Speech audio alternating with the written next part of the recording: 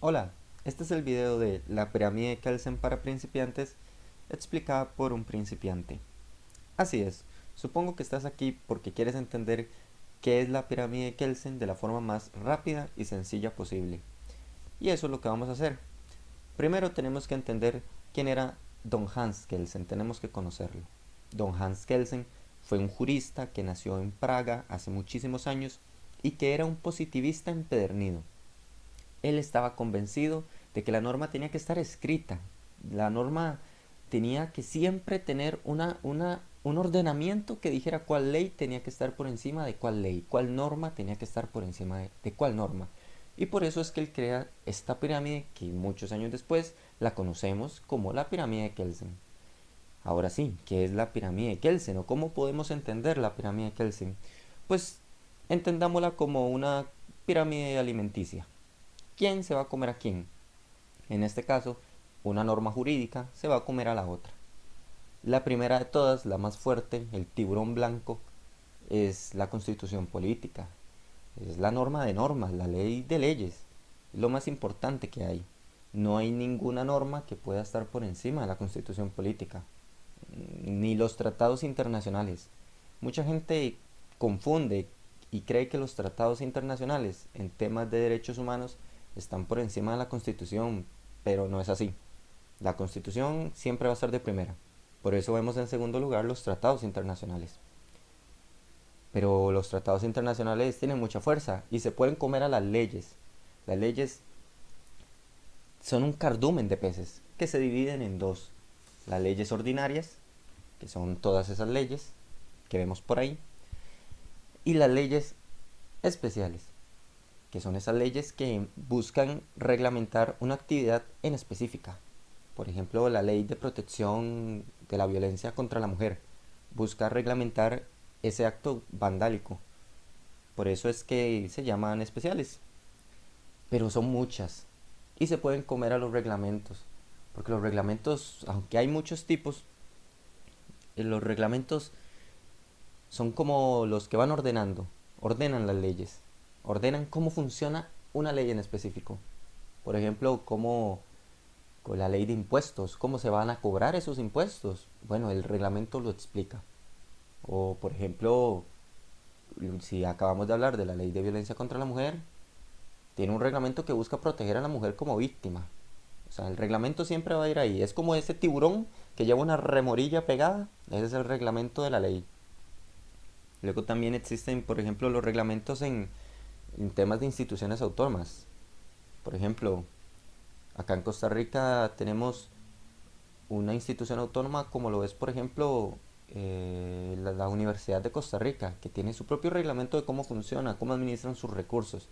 Los reglamentos, eso sí, solo funcionan dentro de la institución. Un reglamento no puede afectar al usuario, porque al fin y al cabo el usuario no trabaja, no es un funcionario público. Debajo de los reglamentos están los decretos ejecutivos.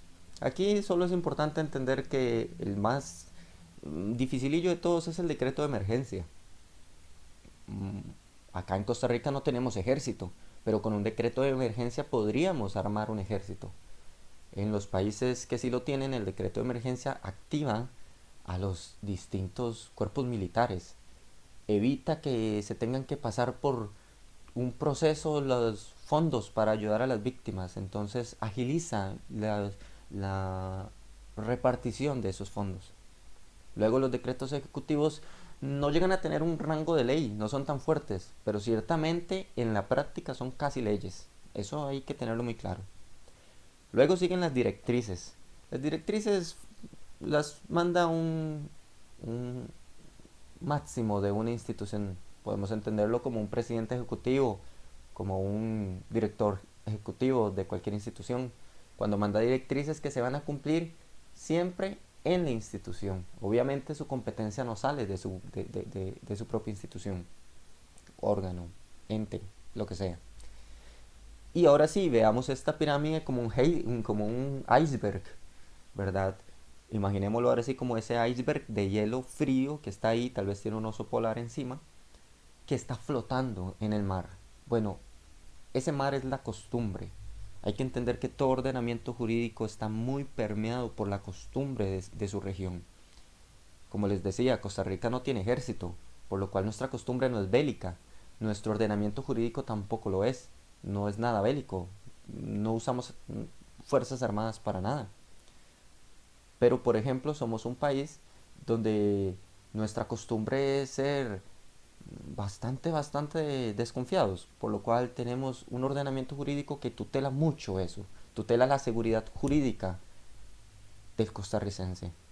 Así que entendamos la costumbre como ese máximo de costumbres. Si no sos de Costa Rica y sos de otro país, piensa en cómo es tu sociedad, cómo actúa. Y eso es lo que al fin y al cabo va a repercutir en las leyes. Las cosas tan simples como la forma en que la gente toma los buses, en qué lugares. Eso obliga a las instituciones máximas a tener que dar un servicio ahí. Así que podemos ver cómo una costumbre tan sencilla como tomar el bus puede repercutir en una institución gubernamental. Finalmente, decirles que para entender esto también hay que entender muchísimas otras cosas. Por ejemplo, ¿qué es derecho positivo? Ese es un término que hay que entenderlo muy bien para poder entender esto. Espero subir otro video explicando también qué es derecho positivo. Pero hasta entonces, investigar qué es eso, porque es una muy buena herramienta para poder entender esto. Espero en realidad que esto les haya servido de algo. Em, Cualquier sugerencia, pregunta o lo que sea lo pueden poner acá abajo. Si quieren seguir sabiendo cositas así para principiantes, pueden suscribirse. Que yo voy a seguir subiendo los videos de todos modos, pero me agradecería una suscripción. Comenten abajo si quieren saber algún otro tema. Muchas gracias.